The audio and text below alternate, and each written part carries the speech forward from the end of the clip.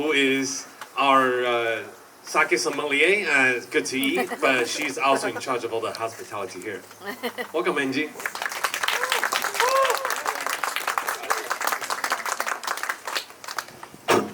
And joining her is Chef Tony, the owner and executive chef at Good to Eat.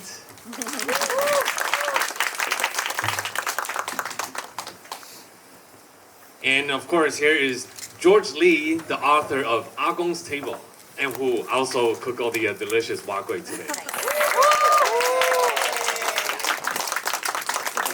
And rounding out the panel is Laurent and Hsia, who is the photographer for the A-Gong's Table, but also a close friend of George's. They actually went to the same high school back in Taiwan and at university here.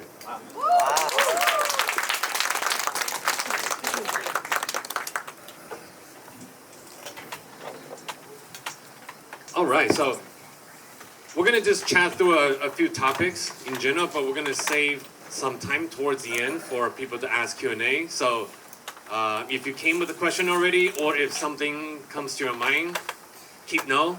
We'd love to hear from you towards the end. All right, okay.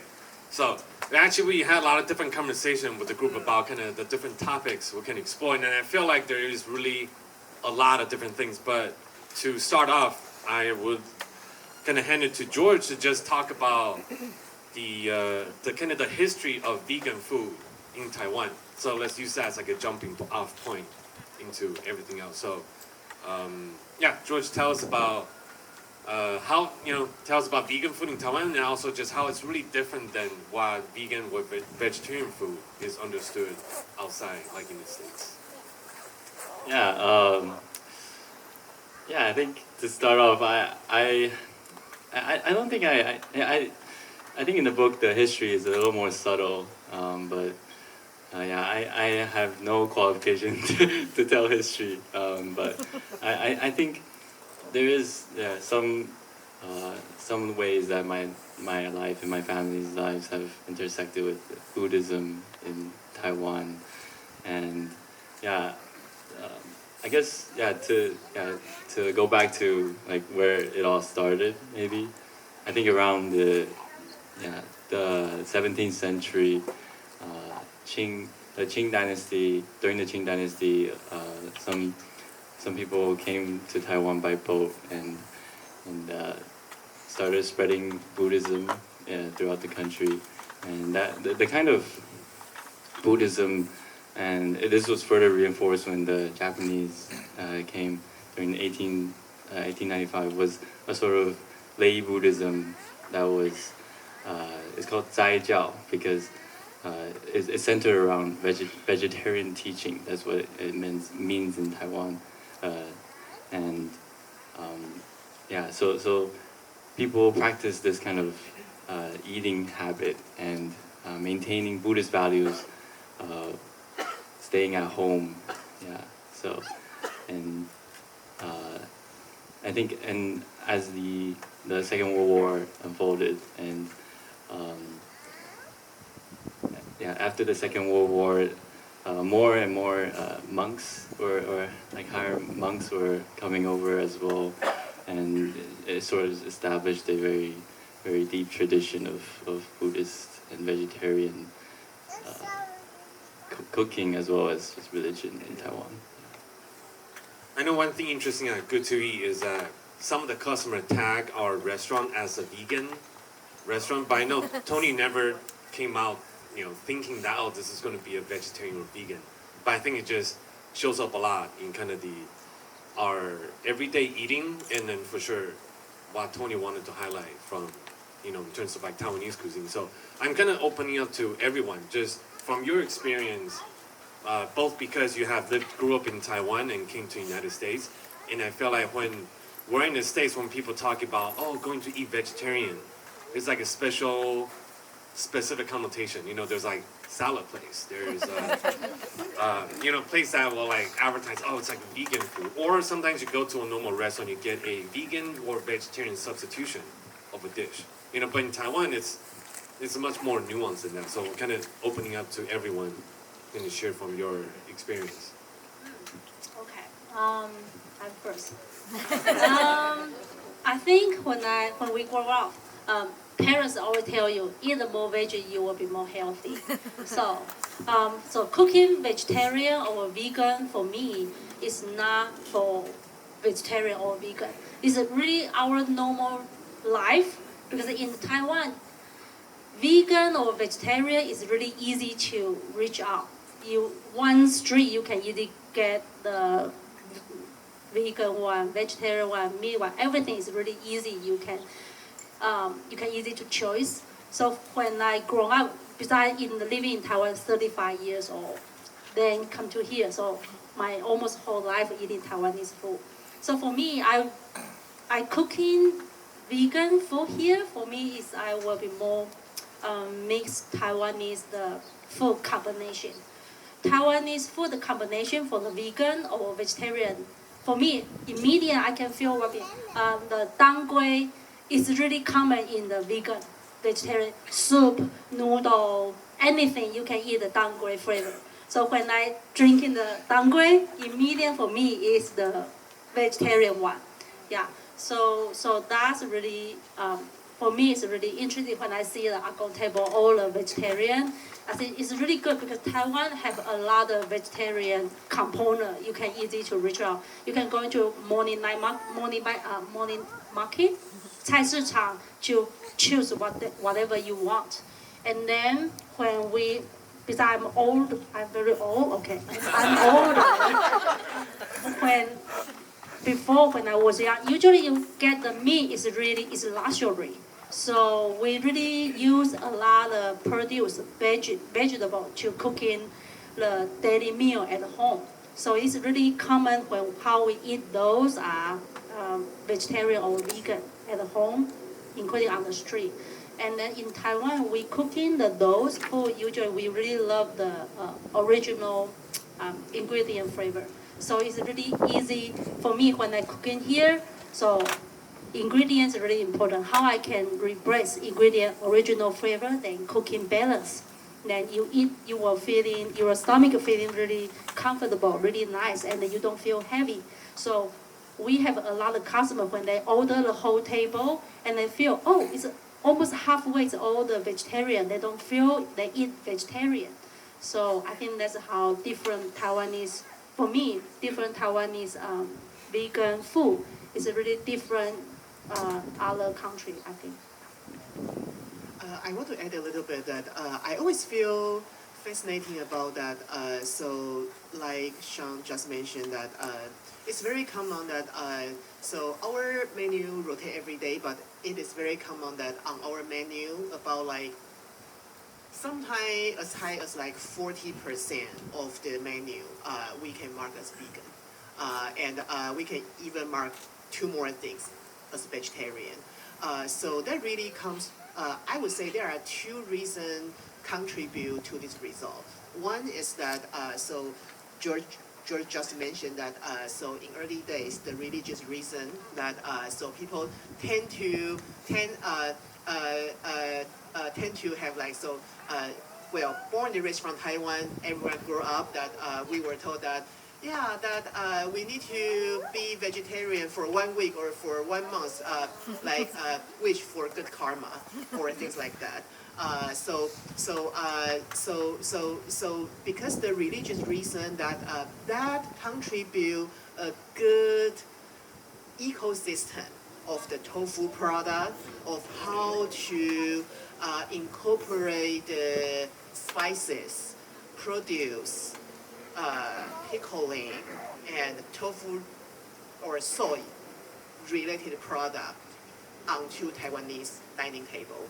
So that's the reason number 1 in early days, and of course that in early days that so like Tony said that eating meat is luxury. And it's very easy for people to access all the so-called vegetarian or vegan food from religious perspective. And the second reason I found it quite interesting is that Taiwanese cuisine. So what is Taiwanese cuisine? The Taiwanese flavor. It's basically the food that Taiwanese eat every day. So I myself have found quite interesting that it's really a mix of the flavor that Taiwanese is so used to like big variety of the flavor, and for a non-vegetarian or non-vegan diet person, it is very common for us that, oh, so let's go to the market and we walk on the street and find a store to eat, and we will find, oh, there's a bento place, there's a steak place, there's a hot pot place, there's a vegetarian place. It's very, very common. And we will go into that restaurant just because we want to have those type of food. That it's not because that we are vegetarian or we want to be vegetarian. So I think that's part of the reason why vegetarian and the vegan food in Taiwan that has such a like vivid flavor and variety. So that's also why we are very exciting when we see A-Gong's table that so George is able to put this together to present this spectrum. Yeah. So and well, I know you're a moderator, but I want to say so from here that I'm also curious that so what motivate you want to do this and want to put together the content from your blog and then a book that focusing on this vegan or also catering for vegetarian perspective. I think I think it was the very start. It was because during the pandemic I was just eating way less meat and cooking at home. I was living alone. Well, I was living alone with my brother, two of us, and he didn't cook, so I would cook for him every day. I cooked for him every day, and yeah, it just happened sort of naturally, and then after the pandemic, I went back to Taiwan, and it sort of I remember this one time that I visited the Buddhist monastery that our family goes to, and I remember just feeling I remember just tasting the vegetarian food there and just feeling very touched, and then also sort of brought back some memories that I sort of buried before when my grandfather passed away, because when my grandfather passed away right before I had to leave Taiwan for college, so sort of just left that memory back in Taiwan. Yeah, and yeah, when I went back to the monastery, and sort of had this new interest in cooking vegetarian food as well, and I asked the nun if I could come and help out during it, and because they told me, I remember them telling me they had one of the Fa Hui, which is their religious assembly coming up, and I said, oh sure, I'll help out, and I remember going and just learning so much, and I think that's sort of when I started to put the story of A-Gong's table together. Yeah, sort of bringing a background to why, yeah, or at least sort of how I was able to make sense of why I'm doing this. Yeah. Of course, jumping off that, how did you end up recruiting Laurent to take the photography and capturing all the imagery for the book? Is this question for me? Oh, sorry. Oh, no, I mean, I think Laurent, I'm giving you a chance to. Well, I mean, he sort of had no one better. Well, it's kind of, it's a pretty, it wasn't like, hey, you want to do the photos for me? It was more like, it was like a conversation. It started out as a conversation, because back then I think he just got the book deal, and it was sort of just like, hey, what are you doing nowadays? And then he was like, oh, I'm cooking. And then I was like, oh, I'm taking photos. And he was like, hey, I need photos taken. And then it just sort of started like that, and yeah, that's how it started. It was nothing special, or it wasn't like oh, I love your photos, I love your cooking. But, you know, as we started working on this project, I think we both started to find more meaning in like creating something printed together, and I think that was like the experience for sure. But yeah, it didn't start as anything special. When we were talking about it, I was still like a pretty horrible photographer, and you know, I sort of like, I sort of grew with the book as well. Yeah, even though it was like, even though we were not like, we didn't like. I mean, I guess like no one's truly ever happy with what they create in the end, and we're still trying to get better. But you know, I think we both grew a lot with the creation of this book. You know, him and his cooking and his writing especially. I think. Yeah. Well, no, his cooking was good already. Right. Yeah. But his writing, like, if you read the book, you know, his writing is great. Like a random tidbit. So George grew up in Taiwan, but he actually studied English literature. That was his major at Berkeley. So I convinced him to Yeah. change his major to English. So, because you know, in the future, this book deal will happen, then you get to take photos. So that's why you convince him to. Right, exactly. Because I didn't want to take photos for a book that's poorly written. Yeah. So yeah, I think it was a pretty organic process, and we definitely enjoyed it a lot. I do want to circle back to something you mentioned earlier, George. When you mentioned zai, which is one way to say vegetarian, but with more of a religious slant. And then you can say su, like vegetarian, but in another word. So I was wondering if you can maybe talk about that a little bit, the different type of vegetarianism and their significance, and because I think that may not be familiar to everyone who grew up in the States. I think zai and 素食 is pretty much interchangeable, but yeah, in Taiwan, in Taiwan, the vegetarianism is super, so it's even today it's deeply very just coincided with religion, and well, in the Buddhist writings they tell you that you cannot have alliums. I think that's the biggest difference between vegan food here, because alliums, you cannot have garlic. You cannot have onion, green onions, chives, lu qiao. Lu qiao is like, and it's like asphatia.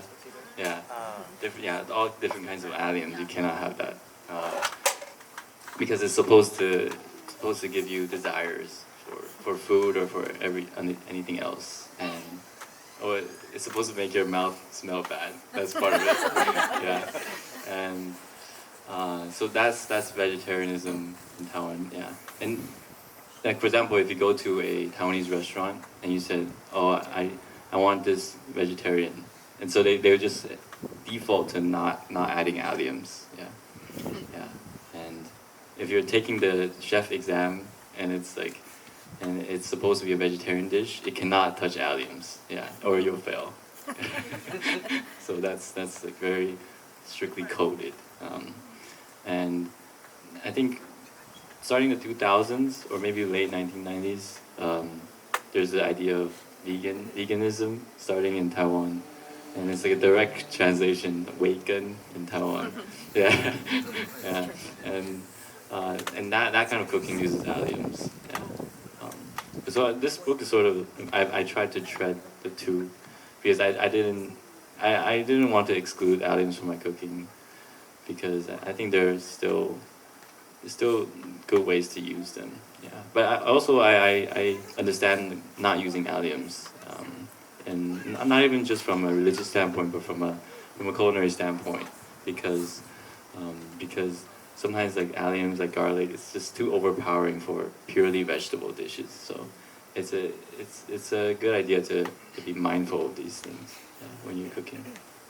Yeah, I mean, I think when we talk about cooking, not adding garlic, not adding onion, those are practically the first thing you saute in a lot of the different cuisines. So I can picture how it definitely requires almost like a push for creativity, or just really a different way of approaching food. Yeah. So like, maybe we can talk more, maybe Chef Tony also. What are some of the things that you might think about when not using allium, or just think about kind of cooking Taiwanese vegetarian dishes? No? I'm thinking now. For me, I wear less, but I don't have, for now, I don't thinking which dish I don't have for those in my food. But for in Taiwan, yes, like the Jordan said, when you go to Taiwan, all the vegetarian eating, so yes, there will be no that spice on your food. But for my cook, I cook. Usually I will less a little bit, but because for me, balance is more important. So everything in my palate, so I feel that's really delicious, that's good. So I will add that. If I add this spice or anything not make this food delicious, for me that's not my food. So for me, it's I will less or everything for the balance is more important. How it's eating delicious or not. So when I cooking, my thought is not I need to making one vegetarian food or I need to do something for vegetarian. My thought is how I can making one food that really balanced, and then when you eating, you will feeling really comfortable. Yeah, so that's how I saw when I cooking. Yeah, I would say there's a different approach of the vegetarian vegan, but here the cuisine that Chef Tony is cooking is not the religious version. So even for us, religious version is quite hard because cannot use garlic, cannot use the green onion. But in general, that when we don't use garlic and the green onion, so in general it's more Chinese herb. So like the angelica, dangui, so the angelica that Chef Tony just mentioned. So here that the way we represent vegetarian or vegan is more based on the general how Taiwanese cuisine incorporate the ingredient and the spices, and not really bound for no garlic, no onion, that version. Yeah, so I think for this question, I think George must have a lot more better ideas. Actually, today the walkway has no alliums. Yeah, unless you added the garlic. That's like the optional addition. But the braised bean curry, yeah, no alliums. I think you mentioned, Angie, I just typically you would need more spices. So for example, when I'm braising the bean curd that you maybe just ate, I used 13 different kinds of spices to make the braising stock. Yeah. Otherwise, it just wouldn't be complex enough. Yeah. Especially if you don't have meat in it as well. And I think no allium cooking. You could also, you also have to rely a lot on fermented things. Yeah, fermented suan cai, fermented mustard greens, or spices, like those things. Yeah, radish, preserved radish. Yeah, I added that to the magua as well. Yeah, or just add some MSG. Because MSG really rounds out the taste. That's what the Buddhist nuns use all the time. They use this kind of mushroom bouillon. Yeah, that's kind of a taste that you'll get tired of though. Yeah. So, you can still use it sometimes. But without alliums, your food just has too much of the. For example, stir frying greens, it just tastes too much of the grass. Yeah, the grassiness of it. So, or otherwise you have to add ginger to everything, or basil or something. Yeah.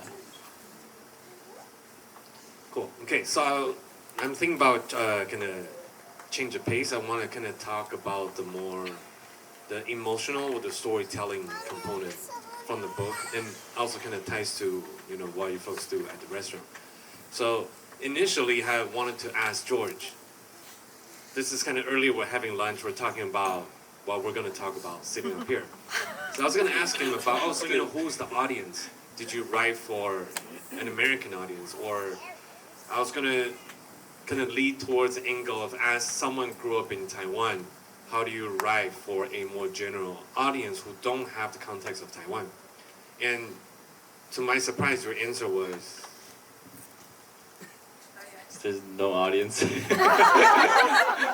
right? He said he wrote the book for himself. This is why his experience is what he wanted to write. And I remember having a similar conversation with Tony. People talking about when we're talking about Taiwanese food and the type of food that Tony makes. And really, the food she makes, she's not making it for a specific audience. You're just making food that you grew up remembering. You're making food that you believe it's like represents you and is the flavor that speaks your journey, almost like as a person. So when George, you told me that you didn't have an audience for this book, it kind of gave me this realization about, I feel like for both of you, and maybe for Lauren too, I feel a lot of your storytelling through your chosen media is really just about expressing yourself and kind of speaking your history. So maybe gonna leave it to y'all to can dive in a little bit more about that.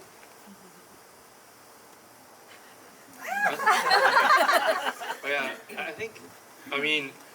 think definitely I would say we would both agree that we didn't make any of this with any sort of audience in mind. We thought about it. We definitely thought about it. It was like, hey, do I take do I write in a way that's very appealing to the American audience, or do I take photos or design in a way that's more catered towards the established market, so to speak. But I think in the end, it was we ultimately decided that we want to do what we feel the most attachment to, which is we only really know how to express ourselves. I can't really speak for anyone as to what their identity is or what they think, being Taiwanese mean to them. Because there's Taiwanese American people, there are really Taiwanese people, and there are people like us, where we're kind of in between. So it's really hard to, it's really hard to really, try to, help someone identify, who they are through your own medium, whether that be photography or writing or cooking. So I think we ultimately, decided to, just have fun with it. For example, for me, we've won the, I probably took 4 sets of different photos for the book, just because in the beginning I was like, hey, let me go to 101, let me go to Tongzhen Jinyan-tang, let me go to these very touristy places and be like, hey, this is a Taiwanese book that's supposed to showcase these very cliche, so to speak, spots. And then and then we're okay, I was like, why am I really doing this? It's really not a book about touristing in Taiwan. It's a book about identity. It's a book about my identity, about his identity. And then we just want to make something that that's from the heart, and hopefully someone resonates with. But it's okay if people don't resonate with it as well, because that's all we can really do. And in the end, I think actually Claire and our editors, and they approved of it, which which is that means a lot to us, because it was sort of an unconventional approach to making a book like this. Because it's not really catered to any audience. Yeah, I think George can talk more about that. I think I did want people to cook from the book. Yeah, so the recipes are there's standard recipe blocks. If I was really not trying to cook, to let people cook, I'll just write paragraphs or something. So that was the one thing that was intentional, and and also just sourcing ingredients that I know could be found here. But yeah, I just wanted to tell this story of my grandfather and write it in his memory.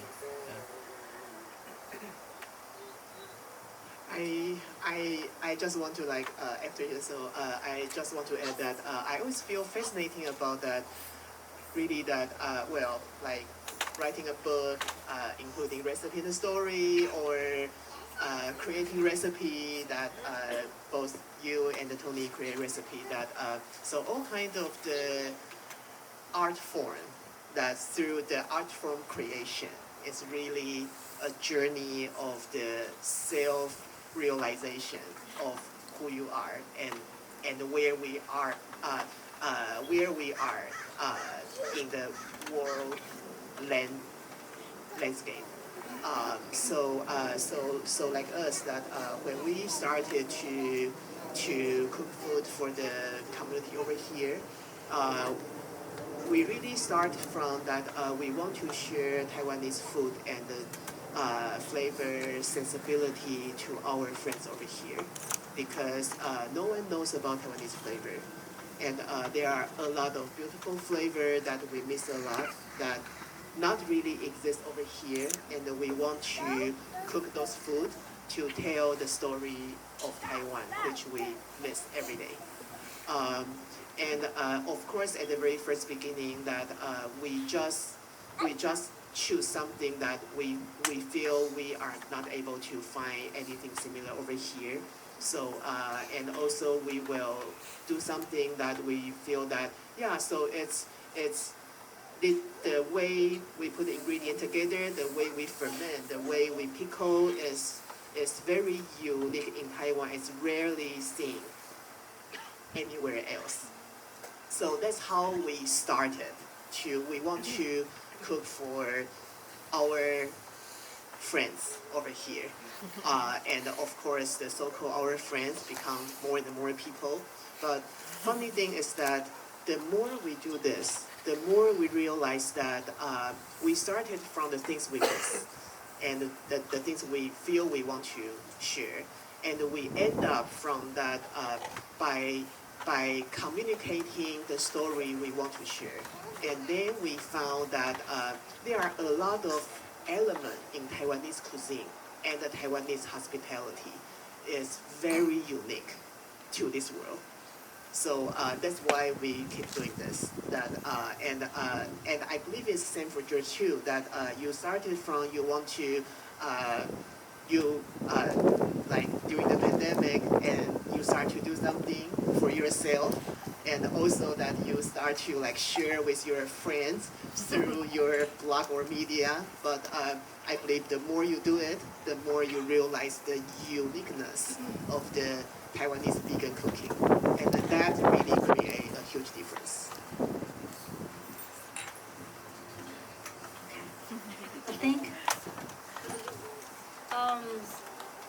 I think I really appreciate and then thank you, Andrew, speak those. I think beginning this really similar beginning how you cooking the food, how you want to share the food. I think you really need to bring your heart on the table. This is how, even including now, every single dish when I design, when I recreate, because I'm here, then I miss Taiwanese food, I miss Taiwanese, those combination flavor. Those combination flavor for me, when I eat this food, I immediately know, oh, it's Taiwanese food. But it's really, really hard to find here. Careful. Yeah. Yeah, so beginning when I start to cooking, the same, how I can put, I know, and I miss the flavor, I miss the texture, then I can put on the table to share to my friend, and immediately share to the more and more the people. So beginning, I always joking tell Angie, I really surprised. A lot of people really love my food. I so grateful. I really don't know what I just put for sure. I drink 100% my heart. I just really want to share when I grow up, when I eating those, what kind of ingredient, what kind of flavor when you eat, and you will feeling, just bring you go home, bring you go to Taiwan. This is how that's my mission, how I can cook in just one simple thing. And then you eat it, then you can immediately feel that's Taiwan. This is really hard, so this is why we always say how we can share star food and to share how Taiwan, how beautiful this island, all the ingredients, the people beautiful, and then how we love to service customer, friend, that those things in here. So when I start this, even I just making everyone know me because dumpling. Just wrap something in the wrap and then deliver to your table. That's how simple, humble food, but that is Taiwanese. So this is how I really true ingredient now. We finally have our restaurant here, even every single food. So I always say, this food I need love. I need eating, even I eat every day, I would still love this food, so I will deliver to your table. So I hope, so when you eat that food, you can feel that way. Not just I go to market, buy something, and then cook for you. Yeah. So this is how, I think that's true, beginning true thing, true feel is same. Just a simple way, beginning for yourself, and then because you're missing something, then you start to cooking to show your friend, and then you just share more and more the people, and then you were talking more and story to talking about Taiwan. Then when I learn more Taiwanese food, when I cooking more Taiwanese food, I feel more. I feel more humble in Taiwan people. Beginning all the chef, how they humble, they can just use one knife can create amazing food. And when I know that, I think how I can do more things to represent Taiwan, and how I can make it more things to make sure Taiwanese people to know those.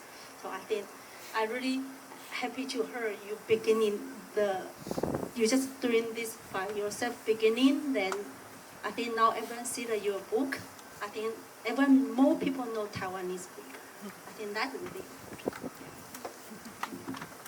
I've actually never had the chance to dine here. But just by talking to you guys and listening to your process and looking at pictures, I just know it's a special restaurant, and just the community that you guys have built. It's very special. Yeah, one thing both of you kind of touch on is about when Angie earlier you mentioned the fermentation, and George, I remember you mentioned about how one feedback some of the recipe tester had was about how something seemingly simple was going to take like 3 hours to make.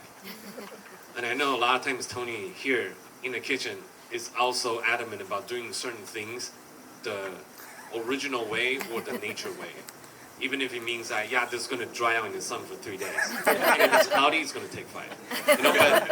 But in today's world, things are all about going faster, being more efficient, right? But I think there's something interesting and beautiful about intentionally choosing a way of cooking, almost like a way of living, even if it's like longer, even if it's not what we are so accustomed to here in the United States. So I think it's also beautiful that kind of shows through the cooking. But I'm curious, like George, when you get those feedback from recipe testing, how did you think about changing, or did you think about trying to adapt differently, or was it become like a statement that you want to make?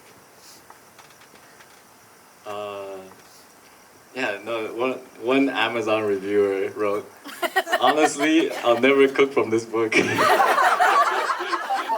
Because, I didn't want to compromise.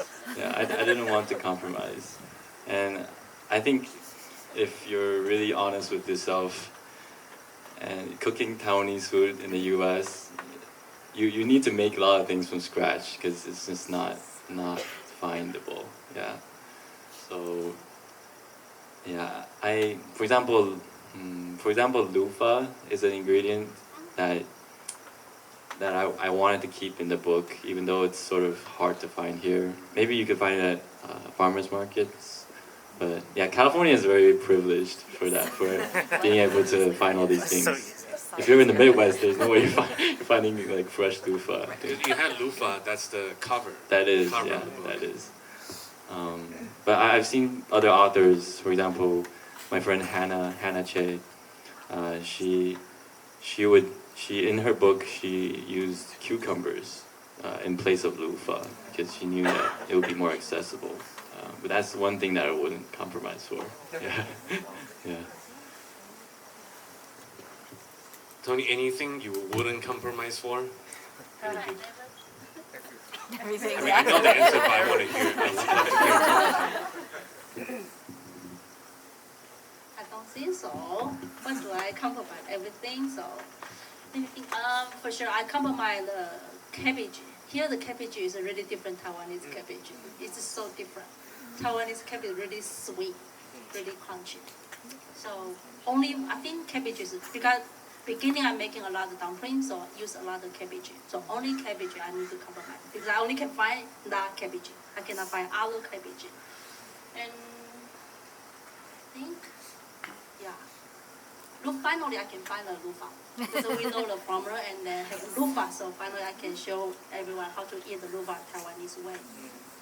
Yeah, so I think, yeah, only one compromise more than just cabbage. Yeah, and I would say it's still come down to seasoning though. Yeah. Yeah, so because Taiwanese cabbage that if you compare to normal cabbage that it's more crunchy, more juicy, and more sweet.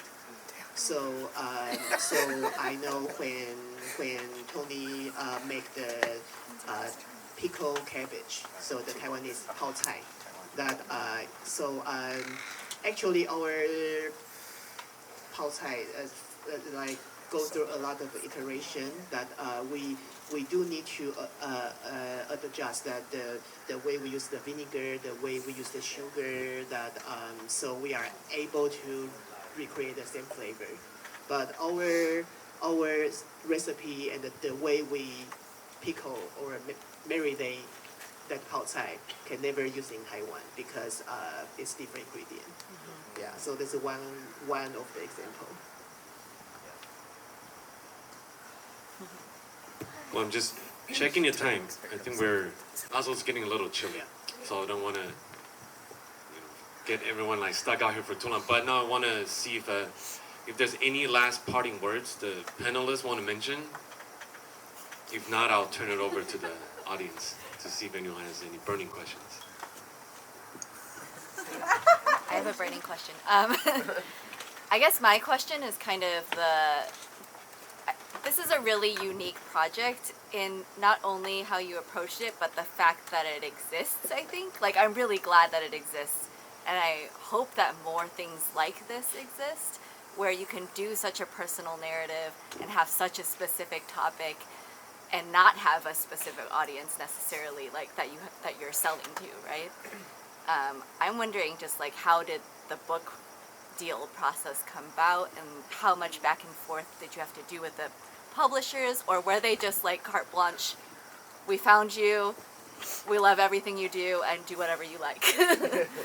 And how can we how can we support other projects to come to life like this? Because I think it's pretty rare. I love that it exists, and I want to see like more people be able to create such personal stories and share it with the world. Yeah, so the question is about how did you end up getting a book deal from the publisher where you are kind of just writing the book that you want to write without some kind of requirement or a specific audience, and about how people, the community, can support more future projects like this that are very passion and identity driven. Well, we really didn't get such a book deal. It was at the start. It was the publisher wanted me to do a book about veganizing world cuisine, which I didn't feel qualified to do at all, neither did I want to, because it would just be such a unfocused book, and so I quickly revoked that and said I want to do something just Taiwanese. And actually, the book process took a while, partly because my old editor just like quit halfway. She just left the company, and then so I had to, or I didn't have a very focused narrative then though. But yeah, I had to restart the project sort of with a different editor who's here, Claire, and yeah, there was pretty supportive of the endeavor, and I think partly was also because we did the entire book in Taiwan, so it was sort of out of the publisher's reach. So I gotta to support more projects like these in the future. They should just be taking place in a foreign land. No one will physically be there to tell you what to do. Yeah, we did the photography all in Taiwan, and we hired Taiwanese designers, so everyone, whole Taiwanese team. Yeah. Well, I think Laurent might have some more to say.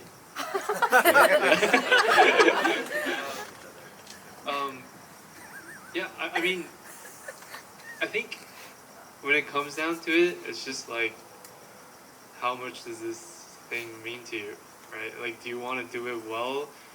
Like, if it's not personal, then, you know, by all means, you know, compromise and you know, make something that's like easily sellable, or something that's like, you know, a general audience might like. But if it means a lot to you, and you decided that it means a lot to you, then you would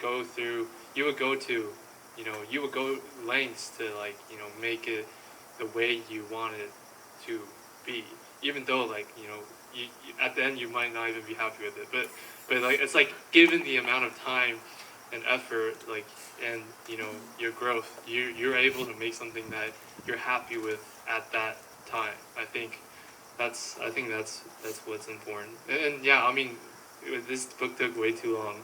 And, you know, I got paid way too little, but you know, I think in the end what matters is that, like, we made something that we're proud of, and it's like true to heart, and you know, as good as it can be, given the time frame that you were working on it.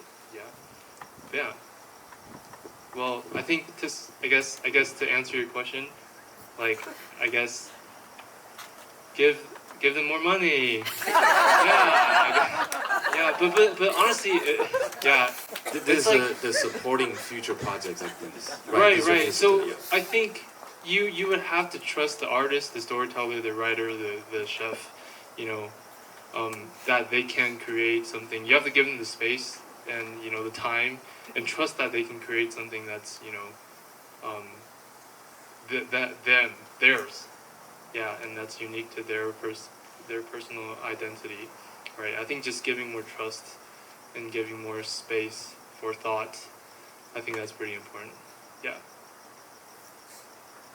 All right. Any other questions? Yes. Yeah, you've talked about how this cookbook, in a way, was you, like, exploring your own identity. And oftentimes I feel like questions of identity lead to questions about language. And just giving the intro, there's a bit about, like, Chinese and Taiwanese Hokkien, and I noticed that some of the recipes have, like, the romanization for the Hokkien name as well. Some of the ingredients you specify, like, Chinese characters for them as well. So just kind of, I'm just very curious about what that process was like for you, and incorporating language in that way. Yeah. And so the question is about incorporating different, like, dialects that were spoken in Taiwan and slightly different writing. How they're all incorporated into the book.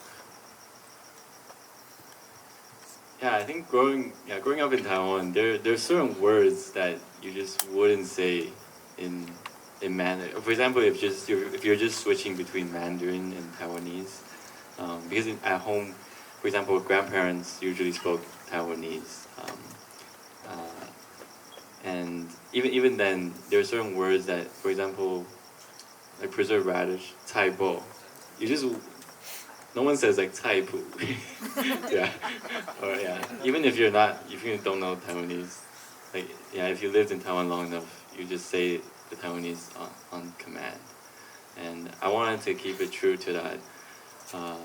So I just use certain words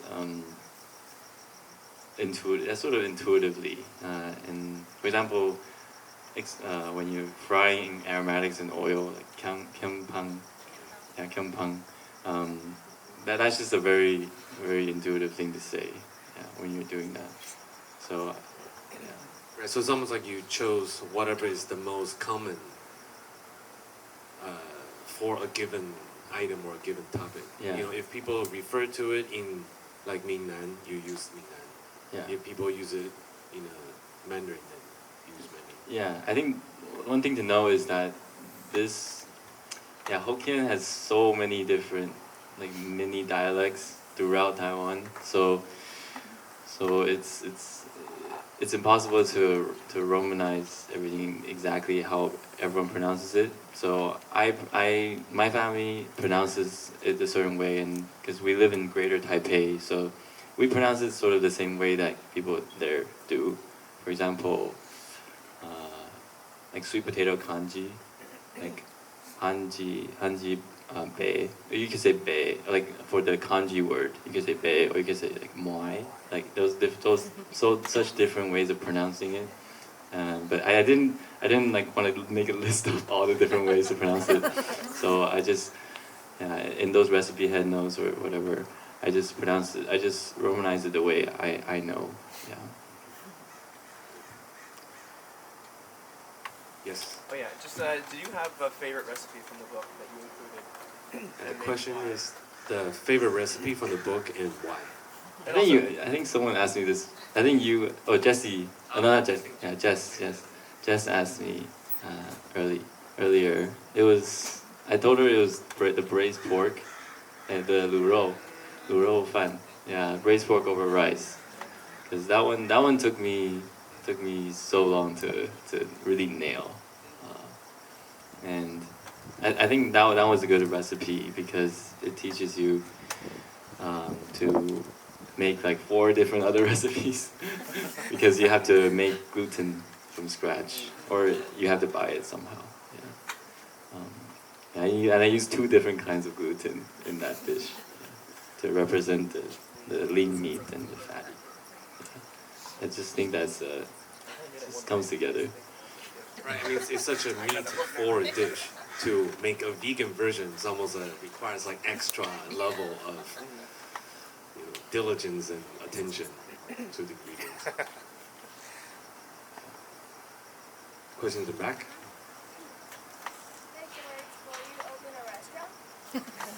The question is, would you ever open a restaurant? Maybe you can also talk about what you plan to do in Taiwan after this. Oh yeah, I'm gonna work in some restaurants to feel it out for sure. And I do want to open a restaurant. Yeah, and I would have Laurent help as well. He cannot escape. But we have some ideas brewing. I definitely want to make something home style, even if it's more precise. Yeah, still home style, kind of intimate cooking. Lauren, do you know what you have already been signed up for? Not too sure. But sort of, like probably the bartender. Yes, in the back.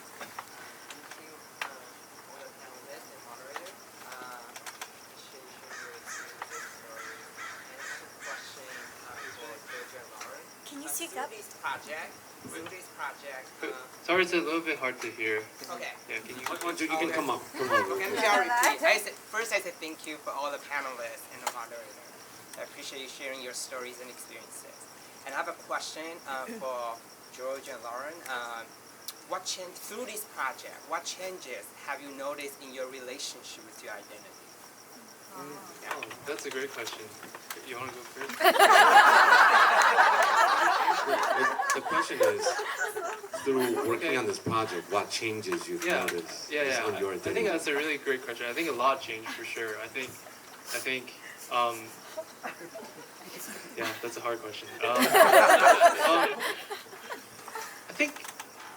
think obviously when this was like a representation of our Taiwanese identity, right? But we're also not just Taiwanese, right? We also have I personally also have I grew up in Taiwan, but I also have an American identity that I also relate with. I think as a Taiwanese American, like a third culture kid, I think before this book, I would want. Sorry. Wait, yeah, sorry. I think before this, working on a project like this, I was definitely a little bit more aggressive towards trying to represent, my culture, which is the Taiwanese culture, and trying to bring it to the table for people who don't know about it, because there's a lot of politics surrounding it. As a person who's both Taiwanese and American, I was like, hey, I'm Taiwanese. Like I tell my friends, like I'm Taiwanese. Like you better know I'm Taiwanese. I'm not from Thailand. I'm from Taiwan, right? And I think that was my, sort of narrative and sort of, my thing before this project. But I think throughout the process of actually trying to do that, trying to represent Taiwan, I find myself a lot more. Not a lot with. I find myself with a lot more questions than I have answers for people. I think my relationship with Taiwan changed in a way that now I have more questions to ponder with Taiwan and my Taiwanese identity, rather than more so than I have answers to people's Taiwanese identity crisis, I guess. So I think I'm definitely a lot more open-minded in regards to trying to. I want to understand my Taiwanese roots more through my medium before. Well, not even. I don't even know if I'm going to whether I'm not going to whether I would have answers in the end. But I think now I'm definitely more curious than I was aggressive in giving answers to people in regards to their Taiwanese identity, I would say. Yeah.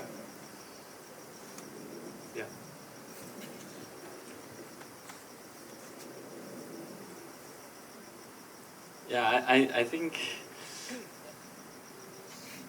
part of doing the book just made me learn so much about my own family as well, and most of the stories in the book have been retold to me by my mother, yeah, who is in the audience right there. Yeah. So a lot of it actually is just me rewriting her stories, because I don't know, I just wasn't really paying attention to things that much, and I think also a big part of it was that I feel like only starting the book and coming back to Taiwan in this kind of mind space was I really able to.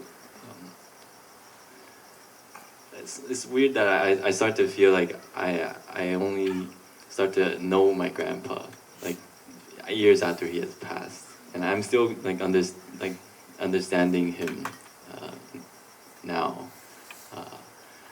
And yeah, writing this book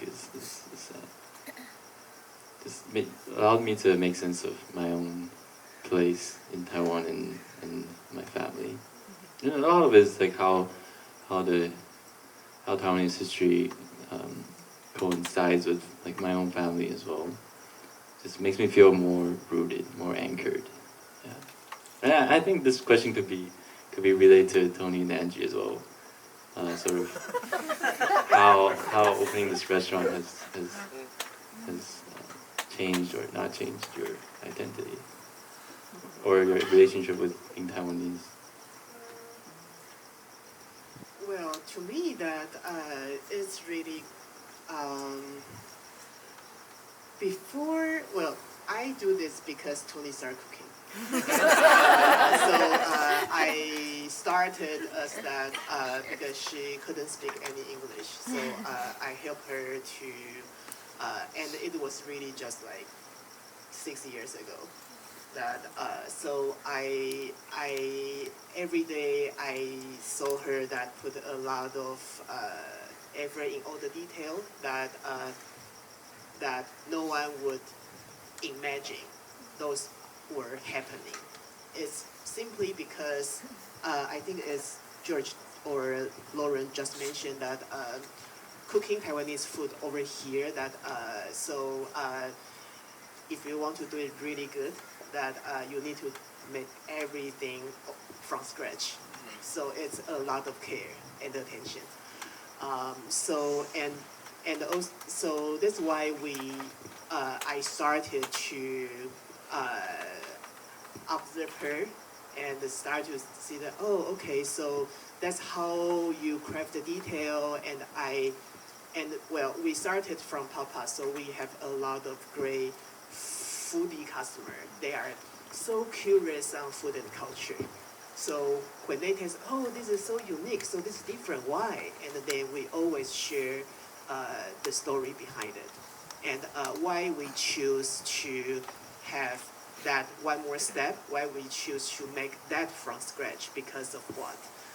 So the more we do this, the more I realize Taiwan's rich culture of culinary. That and that's something also surprised me. That I would say I just didn't quite realize the whole culinary landscape of Taiwanese cuisine before.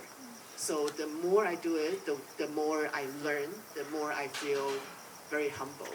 And I also, as a foodie too, that so I love eating all kinds of the cuisine. I think that's typical part of the Taiwanese personality. We love eating, and our appetite is very wide variety. So the more I explore this, the more I feel like, oh wow, so those Taiwanese cuisine, cooking philosophy and the flavor, or cooking technique, or even some fermentation technique, the way we combine the flavor, the way we present the flavor is something that, so it's like the best kept secret. So no one has been telling these stories, and no one has been sharing the details. And those are something that this world would so appreciate. And so the more I do this, the more I feel so proud that I am Taiwanese. So that's really how I feel. Yeah. Yes. Really, cooking more, learn more. I think I never change. I don't have change identity issue because I don't know why beginning day one I'm very proud I'm a Taiwanese. So when I pop up first day tell people, oh, this is Taiwanese dumpling, and they say, let me add, because she moved to United States at a very late age, like around like 35. 36, Wait, I'm Angie, here. you just gave away how old. Yeah. So when I start my food, and then when I heard people, I never know. Beginning when I hear, I never know. No one know Taiwan. Always tell me, oh, it's Thailand. I said, no, Taiwan. Do you know Taiwan? And then they said no. Until when we stop Papa, then I feel, I want to stop saying I'm Taiwanese food because you don't know Taiwan. But I hope I use my food. Then when you eat, you like it, so you give me your time to want to know what is my food. So beginning, we don't put our Taiwan this word in our banner or something. We just tell you how we use the hand to wrap our dumpling and how delicious, blah, blah, blah, blah, blah. Until people stop by, order, stop by, come back again. then I think it's time we need to put on the Taiwan, because they know, oh, we making Taiwanese dumpling. So they beginning they know, oh, this pop-up they're making Taiwanese dumpling. Oh, Taiwanese flavor is that kind of flavor. So different when they are going to eat a different restaurant. But yes, always asking how different with China, how different. It's just a different flavor, just a different type of food. They are all same dumpling. They are called dumpling, but it's different. So until now, I already cooking 7 years. Good to eat already 7 years. I learn more. I can understand more when the old people, how they spend the whole life and then to cooking and then to creative with all the food. So this is why I learn a lot more old school way Taiwanese food now. So already 2-3 years. So I feel I'm very more humble. I really know a lot of things. Even I grew up in Taiwan, but I really know how deep this dish, how Taiwanese, how deep, how many knowledge we don't know. And then really no one said that at the home, no one tell you how they making that. When you go to eating, you really don't know how they can make it, how they spend a lot of time to make those food. So I think I'm very happy and I'm grateful I can start to cooking Taiwanese food to share to here. And then I find my identity. I'm still really proud I'm Taiwanese. And I'm very proud I can learn more Taiwanese food to share more people. And then go back Taiwan can learn old school Taiwanese chef to learn how old school way. Yeah, because Taiwanese food is really, really beautiful for me. And then how I can represent those beautiful food, not only street food, not only everyone understand that, not only boba. It's a lot Taiwanese beautiful old school way the food. So I really want more people to know that. Yeah. I think I can maybe speak for all of us that we just feel lucky that we're able to find something. It could be cooking, it could be writing, photography, that is intuitive for ourselves to express and to be curious about, and to feel that everything is sort of connected in different ways. For example, cooking, you might be. I couldn't say I'm exactly only into cooking. That cooking is just the intuitive way for me to learn about the world or learn about plants. Or maybe if I want to find a certain plant, I would need to learn how to hike. Like that's just that is just so inspiring to be able to feel that. So it sort of makes sense of this life and the world, and I think we're lucky that we're finding something that can help us make sense of that. All right, one more.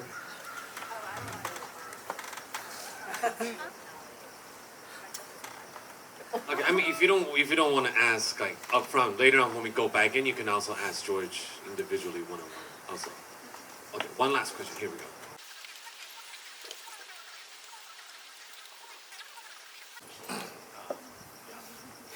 So the question is, being the one that you have your blog and now this book, you are sharing like this Taiwanese vegan cuisine with like the larger world. Do you feel a burden for having that role?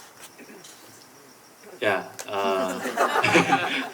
Yes. I think for a while I struggled to wrestle with this burden, and I can tell you that I'm not vegetarian now.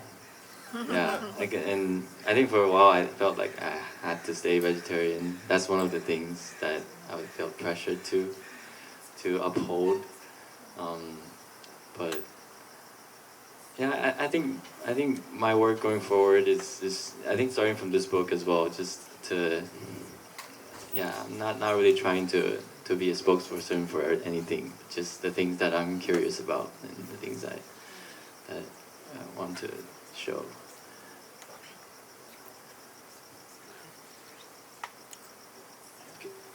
Okay, all right, Henry. I just that you both are saying, oh, we don't have an audience, we're just doing this from our heart or whatever. I mean, that's key, which is important. And then I think, and being Taiwanese but growing up in this country, you know, depending where you grew up, we just, you know, Taiwanese food is not something you eat out of the house. So it's an amazing thing to be in a space like this and, you know, you have an audience, you know, you have people that are curious. And, yeah, so to have access to this, you know, to us or the outer world, whatever it is, it's important. So, and it's not Thailand. Yeah, with that said, well, Henry just giving like a shout out to really the folks up here doing the work to kind of making a stance to help the community come together and celebrate Taiwanese food, and also help other people see what Taiwanese food and Taiwanese culture is about. And again, I feel like every time we have people up here, I feel very privileged to be able to just like sit around and chat, even though I know today is very cold. But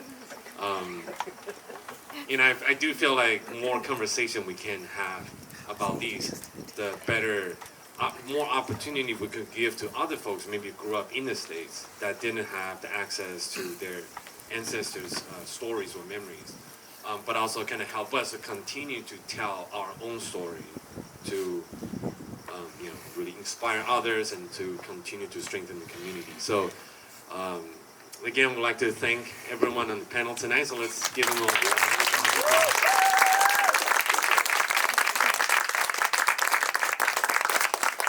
And thanks everyone for bearing the cold. We're gonna take this party inside where George will set up, and then he'll be happy to sign a book and shake hands and get to meet everybody. Thank you, everyone. Thank you.